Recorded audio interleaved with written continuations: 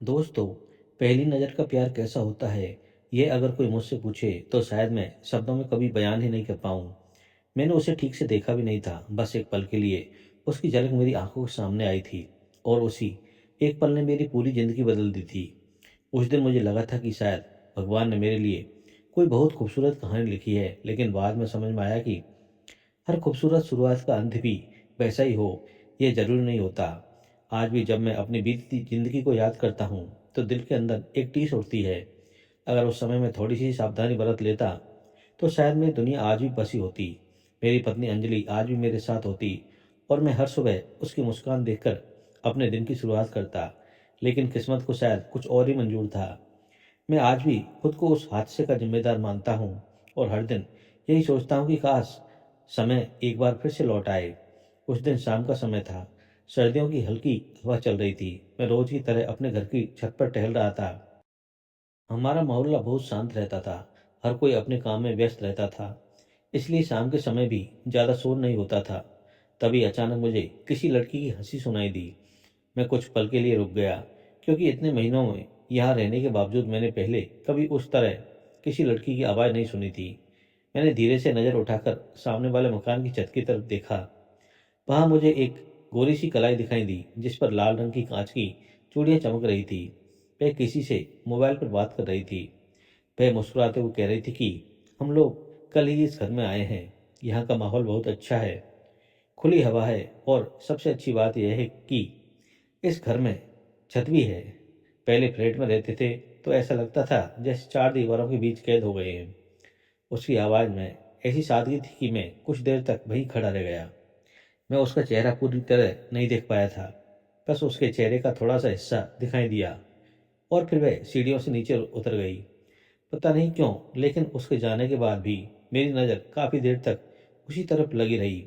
मेरी छोटी बहन नीति बहुत मिलनसार स्वभाव की थी। उसे नए लोगों से दोस्ती करने में बिल्कुल देर नहीं लगती थी। पहले ही दिन माँ पड़ोसियों से मिलने गई। जब वापस आई तो उनके चेहरे पर खुशी साफ दिखाई दे रही थी। उन्होंने आते ही कहा, सामने वाले घर में बहुत अच्छे लोग रहने आए हैं। उनकी बेटी अंजलि बहुत ही संस्कारी है और विनम्र है। इतनी सुंदर लड़की मैंने बहुत कम देखी है, लेकिन उसके व्यवहार में जरा सा भी घमंड नहीं है। नीति भी मुस्कुराकर बोली कि मम्मी सही कह रही है। अंजलि दीदी ने अपने हाथों से चाय बनाई थी। इतनी स्वादिष्ट चाय मैंने बहुत दिनों बाद पी।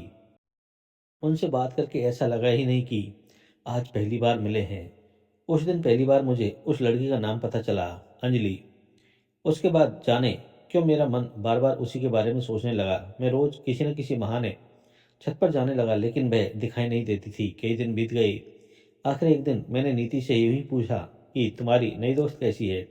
नीति हंसकर बोली कि बहुत अच्छी है, लेकिन थोड़ा अलग स्वभाव की है। उसे बिना वजह बाहर घूमना पसंद नहीं है। कहती है कि इंसान को अपनी सादगी और मर्यादा का ध्यान रखना चाहिए। जरूरत हो तभी बाहर निकलना चाहिए। मैंने मुस्कुराकर कहा कि आजकल ऐसी सोच रखने वाले लोग बहुत कम मिलते हैं। नीति बोले कि हाँ, और सबसे अच्छी बात यह है कि वे हर किसी की इज्जत करती है।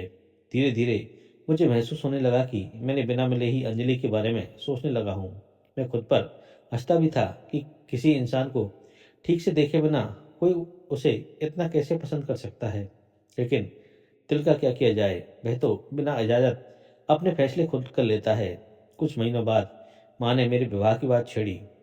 उन्होंने कहा कि अब तुम्हारी नौकरी भी अच्छी चल रही है, हमें तुम्हारे लिए रिश्ता देखना चाहिए। मैं कुछ देर चुप रहा और फिर धीरे से बोला कि अगर आपको ठीक लगे तो सामने वाले घर में बात कर लीजिए। माँ और नीति दोनों ने एक साथ मेरी तरफ देखा। नीति मुस्कुराकर बोली कि अच्छा, तो यह बताओ, इसलिए आप इतने दिनों से अंजलि दीदी के बारे में पूछते रहते थे।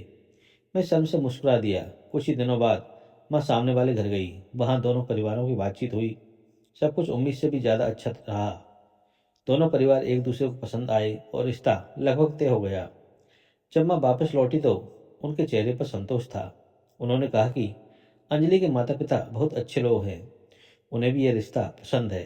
मेरी खुशी का ठिकाना नहीं था, लेकिन एक छोटी सी परेशानी थी। अभी तक मैंने अंजलि का चेहरा ठीक से नहीं देखा था। मैंने नीति से कहा कि अगली बार जाओ तो उसकी एक तस्वीर ले आना। नीति हंस पड़ी। उसने कहा कि भाई, थोड़ा सब्र भी कर लिया करो। शादी तय हो गई है, जल्दी ही मिल लोगे। कुछ दिनों बाद मंगनी की तारीख तय हुई, लेकिन उनके परिवार की एक परंपरा थी। उन्होंने कहा कि मंगनी सादगी से होगी, दोनों परिवार अपने अपने घर पर रस्म निभाएंगे और शादी से पहले लड़का लड़की आमने सामने नहीं मिलेंगे। पहले तो मुझे थोड़ा सा अजीब लगा, लेकिन फिर मैंने सोचा कि अगर यही उनकी इच्छा है तो उनका सम्मान करना चाहिए। मैंने फिर भी नीति से कहा कि कम से कम तस्वीर ही ले आना, लेकिन इस बार भी जवाब वही मिला। अंजलि ने विनम्रता से मना कर दिया था। उन्होंने कहा था कि वह चाहती है कि उसका होने वाला पति उसे पहली बार शादी होने वाले दिन ही देखे। उनकी यह बात सुनकर मेरे मन में उसके लिए सम्मान और भी बढ़ गया। मंगनी हो गई, घर में खुशियों का माहौल था, रिश्तेदार आने लगे, तैयारियां शुरू हो गई। लेकिन मेरे दिल में एक ही इच्छा रहती थी कि काश एक बार उसकी आवाज़ सुनने का मौका मिल जाए। एक दिन मैंने नीति से कहा कि अगर तुम्हारे पास अंजलि का नंबर हो तो मुझे दे दो। नीति ने पहले मुझे थोड़ा छेड़ा, फिर मुस्कुराते हुए नंबर दे दिया। रात को काफ़ी देर तक मैं मोबाइल हाथ में लेकर बैठा रहा। कई बार नंबर मिलाने की कोशिश की, लेकिन हर बार हिम्मत जवाब दे जाती थी। आखिर काफ़ी देर बाद मैंने कॉल कर दिया। फ़ोन की घंटी बजी। कुछ पल के बाद उधर से धीमी सी आवाज़ आई, हेलो, कौन बोल रहे हैं? मैं कुछ पल के लिए बिल्कुल खामोश हो गया, क्योंकि जिस आवाज़ को सुनने के लिए मैं इतने दिनों से बेचैन था, वह आज पहली बार मेरे कानों में गूंज रही थी। मैंने खुद को संभालते हुए कहा, मैं आदित्य बोल रहा हूँ। कुछ पल तक दूसरी तरफ सन्नाटा छाया रहा। फिर उसने बहुत ही शांत लहजे में कहा, जी कहिए। मैंने मुस्कुराकर कहा, बस आपकी आवाज़ सुनने का मन था। उसने धीरे से कहा, शादी में अब ज़्यादा समय नहीं बचा है, थोड़ा सा इंतजार और कर लीजिए, फिर हम आराम से बात करेंगे। मैंने बिना देर किए कहा, आपकी हर बात मुझे मंजूर है। उसने कहा, धन्यवाद, अपना ध्यान रखिए, और फ़ोन रख दिया। उस छोटी सी बातचीत ने मेरे दिल में उनके लिए और भी सम्मान भर दिया। अब मुझे हर दिन शादी का इंतजार रहने लगा। आखिर वह दिन भी आ गया, जिसका मैं महीनों से सपना देख रहा था। पूरा घर रोशनी में जगमगा रहा था। रिश्तेदारों की चहल पहल हर तरफ दिखाई दे रही थी। माँ और नीति दोनों तैयारी में लगी हुई थी। बारात खुशी खुशी विवाह स्थल पहुंची, जहां दोनों परिवारों ने बड़े प्यार से हमारा स्वागत किया था। सभी रस्में सादगी और खुशी के साथ पूरी हुई। जब पहली बार मैंने अंजलि को अपने सामने देखा तो कुछ पल के लिए मेरी नज़र उस पर ठहर गई। उसके चेहरे पर मासूम मुस्कान थी, आंखों में अपनापन था और उनके व्यवहार में वही सादगी थी जिसके बारे में मैं इतने दिनों से सुनता आ रहा था। मैंने मन ही मन भगवान का शुक्रिया अदा किया। शादी की सारी रस्में पूरी होने के बाद अंजलि मेरे घर आ गई। माँ ने उसे बेटी की तरह अपनाया और नीति अपनी सबसे अच्छी दोस्त को भाभी बनाकर बहुत खुश थी। कुछ ही दिनों में अंजलि पूरे घर का हिस्सा बन गई। वह सुबह सबसे पहले उठती, घर के सभी लोगों का हाल पूछती, माँ के साथ काम में हाथ बटाती और हर किसी का सम्मान करती। उसकी यही आदत पूरे परिवार का दिल जीत चुकी थी। ऑफिस से लौटते समय अब मेरे कदम अपने आप तेज हो जाते, क्योंकि मुझे पता था कि दरवाजे खुलते ही अंजलि मुस्कुराकर मेरा स्वागत करेगी। शाम को हम दोनों अक्सर छत पर बैठकर चाय पीते और अपने भविष्य के बारे में बातें करते। अंजलि छोटी छोटी बातों में खुशियां ढूंढ लेती थी। कभी डूबते सूरज को देखकर मुस्कुरा देती, तो कभी ठंडी हवा का आनंद लेने लगती। एक दिन मेरे दोस्त ने हमें घूमने जाने का उपहार दिया। उन्होंने कहा कि नई जिंदगी की शुरुआत की कुछ यादें ऐसी होनी चाहिए जो पूरी उम्र चेहरे पर मुस्कान ले आए।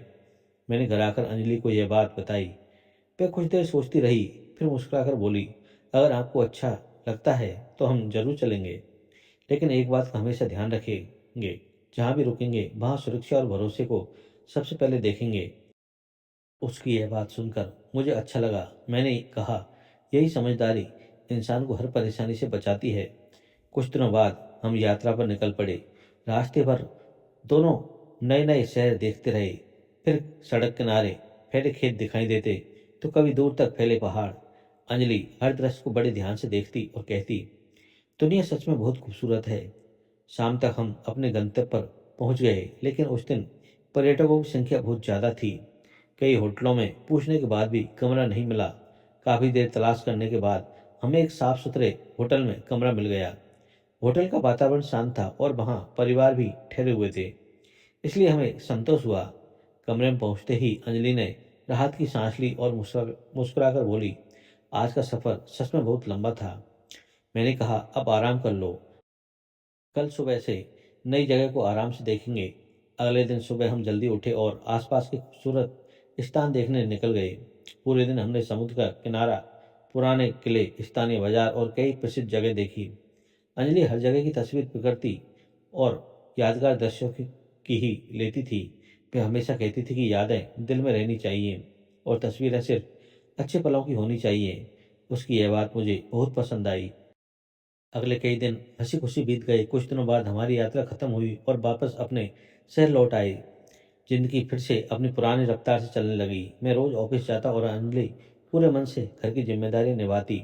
माँ और नीति भी उसके साथ बहुत खुश थी। घर का माहौल पहले से ज्यादा खुशनुमा हो गया था। समय धीरे धीरे आगे बढ़ गया। तभी एक दिन ऑफिस पहुंचते ही मुझे महसूस हुआ कि कुछ लोग मुझे देखकर आपस में धीमी आवाज में बात कर रहे हैं। पहले तो मैंने इस बात पर ध्यान नहीं दिया, लेकिन जब कई लोग मुझे देखकर अचानक चुप हो गए तो मुझे अजीब सा लगा। मैं अपने सबसे करीब दोस्त राहुल के पास गया और मुस्कुराकर पूछा, क्या बात है? आज सब लोग इतने अलग तरीके से क्यों व्यवहार कर रहे हैं? राहुल ने मेरी तरफ देखा, लेकिन उनके चेहरे पर मुस्कान नहीं थी। उसने धीरे से कहा, आदित्य, मेरे साथ बाहर चलो, मुझे तुमसे जरूर बात करनी है। उसकी गंभीर आवाज़ सुनकर मैं भी घबरा गया। हम दोनों ऑफिस के बाहर आ गए। राहुल ने कुछ पल चुप रहने के बाद अपना मोबाइल मेरी तरफ बढ़ाया और कहा, पहले ये देखो। मैंने मोबाइल की स्क्रीन पर नज़र डाली तो मेरे पैरों तले जमीन खिसक गई। किसी ने हमारी नई जिंदगी की जुड़ी सामग्री इंटरनेट पर डाल दी थी। चेहरा पूरी तरह साफ नहीं था, लेकिन हमें पहचानने वाले लोग अंदाजा लगा सकते थे। मेरा दिमाग सुन्न हो गया। मैं बार बार यही कह रहा था, यह कैसे हो सकता है? मैंने ऐसा कुछ भी रिकॉर्ड नहीं किया था। राहुल ने शांत रहकर कहा, घबराओ मत, सोचो, क्या कभी किसी मोबाइल या दूसरे उपकरण में कोई निजी सामग्री रखी थी? मैंने तुरंत कहा, नहीं, मैंने ऐसी कोई रिकॉर्डिंग कभी नहीं बनाई। राहुल ने कहा, फिर हमें यह पता लगाना होगा कि यह सब हुआ कैसे। मैं उसी समय ऑफिस से घर लौट आया, लेकिन मैंने अंजलि को पूरी बात तुरंत नहीं बताई, क्योंकि मैं पहले खुद सच्चाई समझना चाहता था। मैंने राहुल से दोबारा बात की। उसने सलाह दी कि बिना देर किए साइबर क्राइम में शिकायत करनी चाहिए, ताकि सामग्री हटाने की प्रक्रिया शुरू हो सके। मैंने उसी दिन ऑनलाइन शिकायत दर्ज कर दी और अगले दिन ही संबंधित कार्यालय जाने का फैसला लिया। लेकिन तब तक यह बात कुछ लोगों तक पहुंच चुकी थी। शाम को अंजलि ने मेरे चेहरे की परेशानी देखी तो उसने पूछा, क्या ऑफिस में सब ठीक है? मैंने कुछ देर चुप रहने के बाद उसे सारी बात बता दी। मेरी बात सुनकर वह गहरी चिंता में पड़ गई। उसने कहा, अगर यह सच है तो हमें मिलकर इसका सामना करना होगा। घबराने से कुछ नहीं होगा। उसकी यह बात सुनकर मुझे हिम्मत मिली। अगले ही दिन हम दोनों परिवार के साथ साइबर क्राइम कार्यालय पहुंचे। अधिकारियों ने हमारी शिकायत ध्यान से सुनी और कहा कि आजकल इस तरह के मामलों की जांच तकनीकी तरीके से की जाती है। उन्होंने भरोसा दिलाया कि अगर किसी ने गैरकानूनी तरीके से निजी जानकारी हासिल की है तो उसे ढूंढने की पूरी कोशिश की जाएगी। जांच शुरू हो गई, लेकिन इस बीच कुछ लोगों ने बिना सच्चाई जाने तरह तरह की बातें बनानी शुरू कर दी। अंजलि इन बातों से बहुत दुखी रहने लगी। मैं हर समय उसे समझाता था कि गलती हमारी नहीं, इसलिए हमें टूटना नहीं चाहिए। माँ भी उसे बेटी की तरह संभालती रहती, लेकिन किसी भी सम्मानित परिवार के लिए ऐसी स्थिति आसान नहीं होती। एक शाम मैं घर लौटा तो देखा अंजलि खिड़की के पास चुपचाप बैठी थी। मैंने उसके पास बैठकर कहा, मुझे तुम पर पूरा भरोसा है और मुझे उम्मीद है कि सच बहुत जल्द सबके सामने आएगा। उसने मेरी तरफ देखा और बोली, मुझे भी आप पर भरोसा है। भगवान से यही प्रार्थना है कि असली दोषी जल्दी पकड़ा जाए। उसके शब्द सुनकर मेरी आंखें भर आई। मुझे महसूस हुआ कि मुश्किल समय में साथ निभाने वाला इंसान ही असली जीवन साथी होता है। कुछ दिन बाद जांच अधिकारी का फोन आया। उसने कहा कि शुरुआती जांच में कुछ महत्वपूर्ण सुराग मिले हैं। उन्होंने बताया कि मामला सीधे मोबाइल से जुड़ा हुआ नहीं लग रहा है, बल्कि संभव है कि यात्रा के दौरान किसी स्थान पर हमारी निजता भंग हुई हो। यह सुनकर मैं गहरी सोच में पड़ गया। अचानक मुझे वह होटल याद आया जहाँ काफी तलाश के बाद हमें कमरा मिला था। मैंने मन में पहली बार यह सवाल उठा कि कहीं पूरी घटना की शुरुआत वहीं से तो नहीं हुई थी। मैं तुरंत राहुल के पास पहुंचा और उसने जांच अधिकारी की बात बताई। मेरी पूरी बात सुनने के बाद राहुल कुछ देर तक सोचता रहा। फिर उसने कहा कि जांच इसी दिशा में जा रही है, तो हमें उस होटल की पूरी जानकारी अधिकारियों को देनी चाहिए। हमने बिना देर किए होटल का नाम, पता और यात्रा की तारीख जांच टीमों को उपलब्ध करा दी। कुछ दिन बाद अधिकारियों ने हमें दोबारा बुलाया। उन्होंने बताया कि होटल के कुछ कमरों में पहले ही गोपनीयता से जुड़ी शिकायत मिल चुकी थी, लेकिन पर्याप्त सबूत न मिलने की वजह से मामला आगे नहीं बढ़ पाया। इस बार तकनीकी जांच में कई महत्वपूर्ण सुराग मिले थे। अधिकारियों ने होटल के कुछ कर्मचारियों से पूछताछ की और कई इलेक्ट्रॉनिक उपकरण जब्त किए। जांच आगे बढ़ती गई तो सच्चाई धीरे धीरे सामने आने लगी। कुछ लोगों ने गैरकानूनी तरीके से मेहमानों की निजता का उल्लंघन करके उसकी निजी जानकारी इकट्ठा की थी और बाद में उसे इंटरनेट पर पहुंचाने की कोशिश की जाती थी। इस पूरे काम में शामिल लोगों के खिलाफ कानूनी कार्रवाई शुरू कर दी गई। जब यह खबर मेरे परिवार तक पहुंची तो सभी की आंखों में आंसू आ गए। मेरी माँ ने कहा, बेटा मुझे दुख है कि मैंने भी एक पल के लिए तुम पर शक किया था। मेरे माँ का हाथ पकड़कर कहा, उस समय हालात ही ऐसे थे, किसी को भी सच समझ में नहीं आ रहा था। नीति भी चुपचाप खड़ी थी। उसने कहा, अगर लोग बिना सच्चाई जाने फैसला न करें तो शायद कई परिवार टूटने से बच जाएं। उधर अंजलि के परिवार तक भी जांच की रिपोर्ट पहुंची। उन्हें एहसास हुआ कि पूरी घटना के पीछे कोई और लोग थे और हमने जानबूझकर कुछ भी गलत नहीं किया था। अंजलि के भाई मेरे पास आए। उनकी आंखों में पछतावा साफ दिखाई दे रहा था। उन्होंने कहा, गुस्से और दुख में हम सच को समझ ही नहीं पाए। हमें अफसोस है कि हमने तुम्हारी बात पर भरोसा नहीं किया। मैंने उनकी बात सुनी, लेकिन मेरे दिल का दर्द कम नहीं हुआ, क्योंकि जो समय गुजरा था वह कभी लौटकर नहीं आ सकता। इस पूरी घटना ने दोनों परिवारों को भीतर तक बदल दिया। हमने फैसला किया कि अब हम चुप नहीं बैठेंगे। हमने साइबर क्राइम और डिजिटल गोपनीयता के बारे में लोगों को जागरूक करना शुरू किया। जहां भी मौका मिलता, हम यही बताते कि यात्रा के दौरान ठहरने की जगह सोच समझकर चुनें और यदि किसी कमरे में कोई संदिग्ध चीज दिखाई दे तो तुरंत संबंधित अधिकारियों को सूचना दें। साथ ही अपनी निजी जानकारी और निजी पलों को हमेशा सुरक्षित रखें, क्योंकि छोटी सी लापरवाही भी बड़ी परेशानी का कारण बन सकती है। धीरे धीरे जिंदगी फिर से आगे बढ़ने लगी, लेकिन अंजलि की यादें आज भी मेरे दिल में वैसी ही बसी हुई थी। उसने मुझे सिखाया कि भरोसा, सम्मान और सादगी कभी भी रिश्ते की सबसे बड़ी ताकत होते हैं। उसने यह भी सिखाया कि कठिन समय में एक दूसरे का साथ छोड़ने के बजाय सच का साथ देना चाहिए। आज जब मैं पीछे मुड़कर देखता हूँ तो यही महसूस होता है कि तकनीक जितनी उपयोगी है उतनी ही जिम्मेदार भी मांगती है। हमें हर कदम सावधान रहना चाहिए और अपनी निजता की रक्षा को कभी हल्के में नहीं लेना चाहिए। अगर मेरी कहानी सुनकर एक भी परिवार सतर्क हो जाए और किसी भी बड़ी परेशानी से बच जाए तो मुझे लगेगा कि अंजलि की यादों को मैंने एक सही संदेश में बदल दिया। दोस्तों, जीवन में भरोसा बनाए रखिए।